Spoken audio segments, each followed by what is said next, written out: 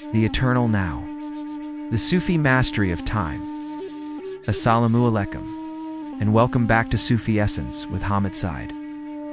In our modern consciousness, time is a relentless linear progression, a series of minutes, hours, and days that move forward in an inexorable line from the past, through the present and into the future. We live our lives chained to this concept of time, constantly managing a schedule, regretting the past, and anxiously anticipating the future.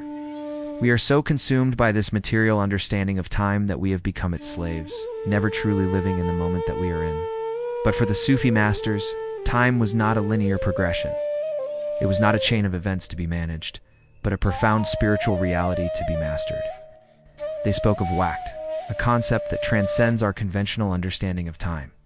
Waqt is the eternal present moment, the singular point of contact between the finite and the infinite, the portal through which a human being can experience a direct, unmediated communion with the divine presence.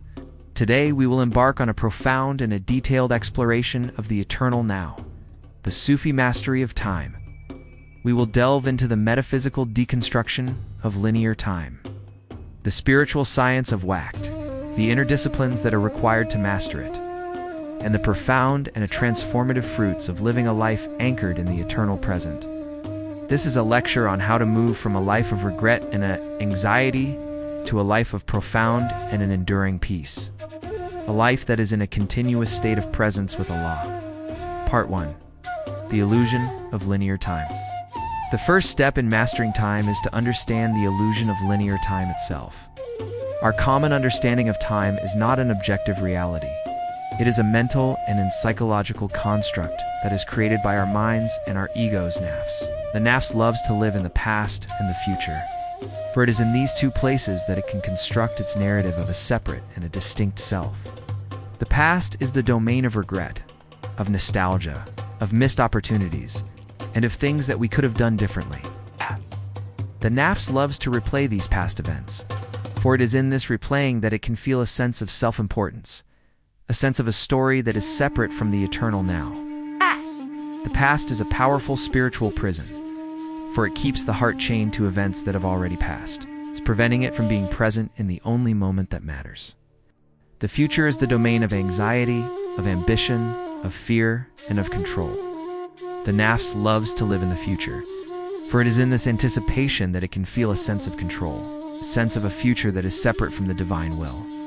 The future is a powerful spiritual prison, for it keeps the heart chained to events that may or may not happen, preventing it from surrendering to the divine reality of the present moment.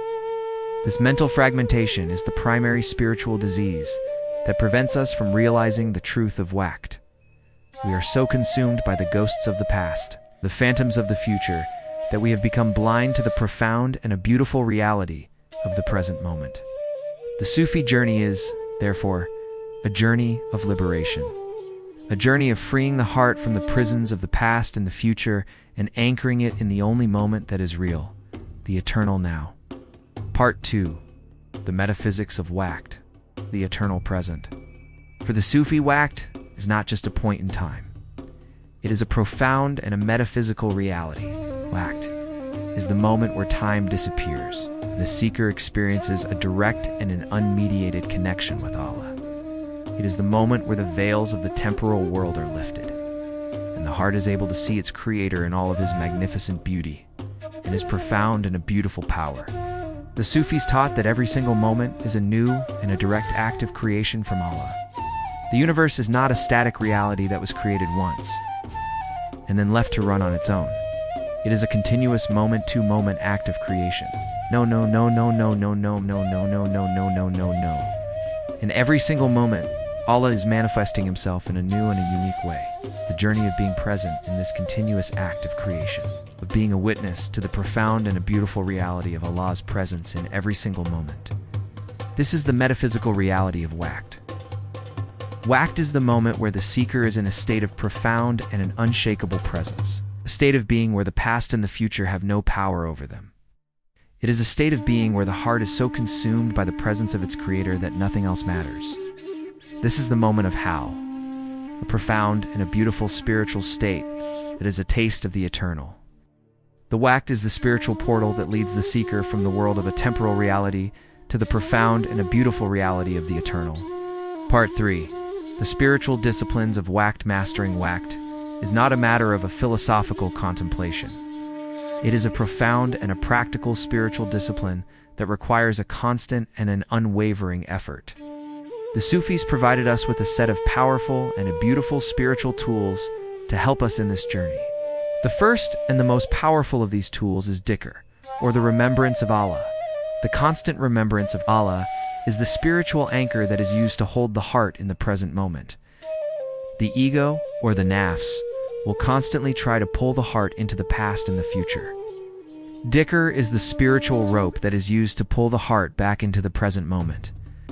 With every single repetition of a divine name or a phrase, a layer of the ego's illusion is peeled away, and a deeper layer of the soul's reality is revealed. The heart that is in a state of constant dhikr is a heart that is in a constant state of waqt. Another powerful tool for this mastery is muraqaba, or contemplation. This is the spiritual art of a watchful awareness of the present moment. The seeker sits in silence and observes the flow of their own mind, the whispers of their own ego, and the distractions of the temporal world. They do not try to control these thoughts. They simply observe them, recognizing them for what they are, the phantoms of the past and the future. This practice trains the mind to be still, to be present, and to be a witness to the profound and a beautiful reality of Waqt. A third and a powerful tool is khalwa, or solitude. The inner journey of mastering Waqt is often difficult to fight in the midst of the chaos and the distractions of the outer world. Khalwa is the tactical retreat, the spiritual seclusion that allows the seeker to isolate the ego and to fight the inner battle more effectively. It is a time for introspection, for deep spiritual work, and for a direct and an unmediated communion with Allah. The Prophet, peace be upon him, engaged in khalwa in the cave of Hira, and this spiritual practice is a powerful and a necessary tool for the mastery of Waqt. Finally, there is the practice of living with qana, or contentment. The future-oriented anxiety that plagues the ego is a direct consequence of a lack of contentment. The ego is never satisfied with what it has. It always wants more. The practice of qana is the spiritual discipline of being content with what Allah has provided in the present moment. This contentment dissolves the future-oriented anxiety, freeing the heart to be present in the only moment that matters. Part 4. The Prophet's Mastery of Time. The life of the Prophet Muhammad, peace be upon him, is the ultimate and a perfect example of a person who mastered Waqt. His life was a continuous, moment-to-moment state of profound presence with Allah. He was so present in every moment that whether he was in worship, or his family, or in battle, his heart was in a state of continuous communion with his Creator. The Prophet's mastery of time was not a philosophical concept. It was a living and a breathing reality. When he was with his companions, he was so present that each of them felt that they were the most beloved person to him. When he was in prayer, he was so present that the world and all its contents disappeared. His life was a testament to the fact that it is possible for a human being to transcend the limitations of linear time and to live in a state of a profound and an unwavering presence. The Prophet's journey of the Miraj, his ascension to the heavens, was the ultimate and a perfect example of the mastery of Waqt.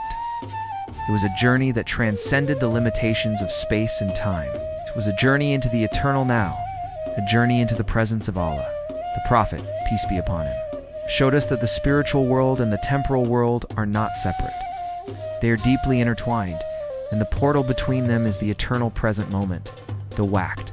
The Prophet's mastery of time is the ultimate spiritual compass that guides us in this inner journey. His life is the ultimate source of hope that we too can one day achieve the profound peace and the freedom of a heart that is anchored in the eternal now.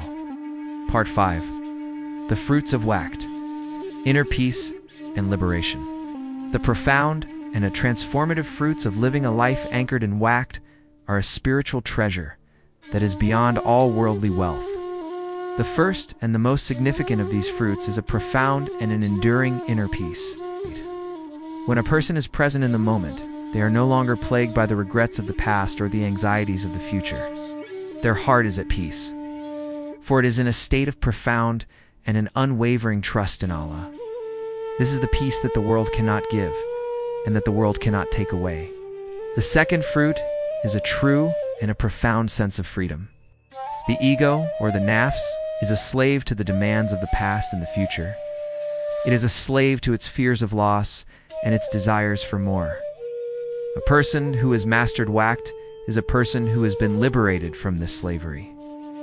They are free from the bondage of the ego, free from the illusions of time, and free in the profound and a beautiful reality of their creator.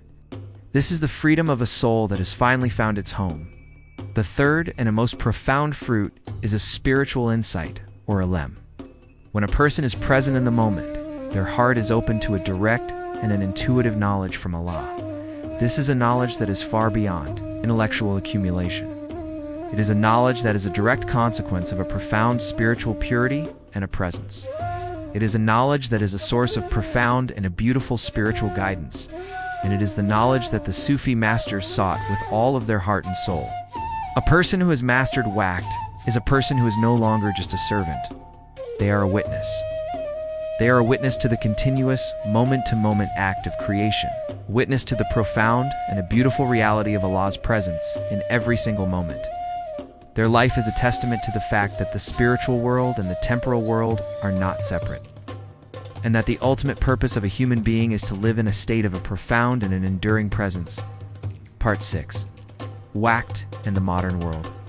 In our modern, fast-paced, and a digital world, the mastery of Waqt is more challenging, and yet more relevant than ever. Our smartphones, our social media, and our constant need for entertainment are all powerful tools that are designed to keep us in a state of perpetual distraction, a state of being that is the exact opposite of Waqt. We are constantly living in a world of notifications, of updates, and of things that are always happening somewhere else. We are never truly present in the moment that we are in. The Sufi teachings on Waqt are a profound and a beautiful antidote to the spiritual diseases of the modern world. They are a call to a deeper spiritual awareness, a call to a life that is anchored in the profound and a beautiful reality of the present moment. They are a call to a life that is not just a series of events, but a continuous and a profound communion with Allah. The mastery of time is not about managing a calendar. It is about mastering the heart. It is a journey from the bondage of the past and the future to the profound and a beautiful freedom of the eternal now. This is the ultimate jihad, and its prize is the profound and a beautiful peace of a heart that is in a continuous state of a profound and an enduring presence with its creator. I invite you all to reflect on the state of your own hearts and to consider how you can begin to anchor yourself in the eternal now. Join us next time on Sufi Essence as we delve into another profound aspect of our faith.